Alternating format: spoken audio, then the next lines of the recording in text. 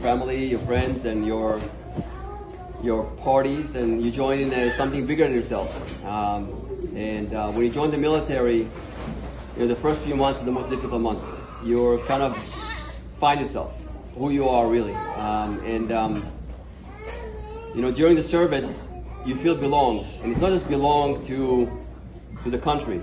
You find people that you meet, and they become your brothers. And you realize that it's something much bigger than just yourself. It's not something small, being Israeli. When you finish your service, a lot of us, like Shraga, decided to join, to extend his service and stay in. I did not. I came here in 1989. But during all this time, you never lose your Israeli, your belonging, your yearning to Israel.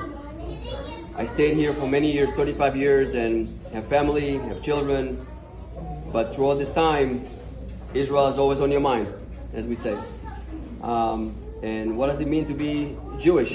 It's we're a small community. Even worldwide. There's a few 100,000 Israelis in Jewish people and Israeli people in United States. Very large Jewish community, and the magnificence of the Jewish community is to come together, not always in parties and holidays and having a good time. It's doing it when we're down, when times are tough.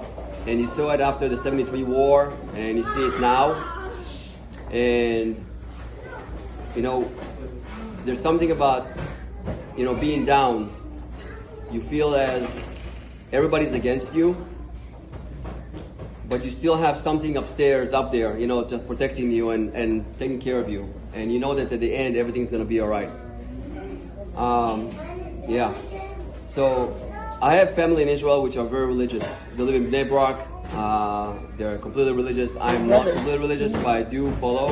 I do my tefillin, I do my shema. And I have a cousin that sent me some chizukim, some strengthening verses from the Bible. I want to read one to you today. It's a very short one, and this is something that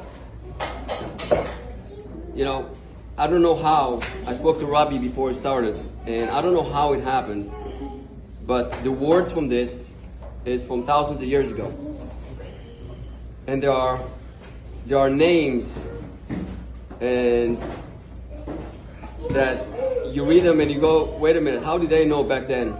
So give me 1 second, I'll find it. I'm sorry. There you go. This is from Noah. ותשחט הארץ לפני האלוהים ותמלא הארץ חמס כי מלאה הארץ חמס מפניהם והנני משחיתם ואך את דמכם לנפשותיכם אדרש אדרש את נפש האדם שפך דם האדם בדמו ישפך כי בצלם אלוהים עשה את האדם. Even then, they knew about Hamas. They knew that, there are Philistines that live in this world that's going to come and try to harm us. And I'm telling you one thing, the IDF is going to demolish them. They're going to go in Gaza, they're going to go into Gaza, and there's not going to be one turned stone until they're all dead.